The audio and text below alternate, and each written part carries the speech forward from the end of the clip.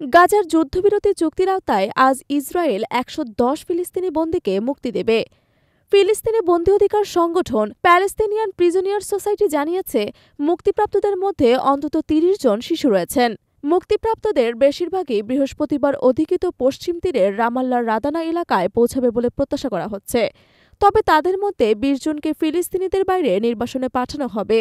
মুক্তিপ্রাপ্ত বন্দীদের তালিকায় আছেন ৪৯ বছর বয়সী জাকারিয়া জুবাইদি, যিনি একজন প্রখ্যাত যোদ্ধা এবং থিয়েটার পরিচালক। ২০২১ সালে ইসরায়েলি কারাগার থেকে তার নাটকীয় পালানো ফিলিস্তিনিদের মধ্যে ব্যাপক সাড়া ফেলেছে এবং ইসরায়েলি নিরাপত্তা কর্মকর্তাদের হতভম্ব করে দিয়েছে।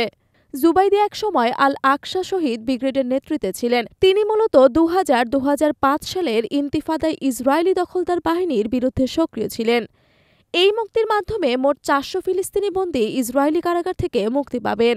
তবে এই সময়ের মধ্যে ইসরায়েলের অধিকৃত পশ্চিম তীরে আরও বহু ফিলিস্তিনিকে আটক করা হয়েছে। সম্প্রতি মুক্তিপ্রাপ্তদের আনন্দ উদযাপনের ওপর নিষেধাজ্ঞা জারি করে ইসরায়েল।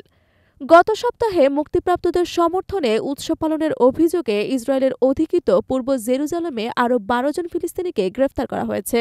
এদিকে হামাস এবং অন্যান্য ফিলিস্তিনি গোষ্ঠী আরও ৮ জন ইসরায়েলি ও থাই নাগরিককে মুক্তি দেবে বলে জানিয়েছেন, যার মধ্যে ৫ জন থাই এবং ৩ জন ইসরায়েলি।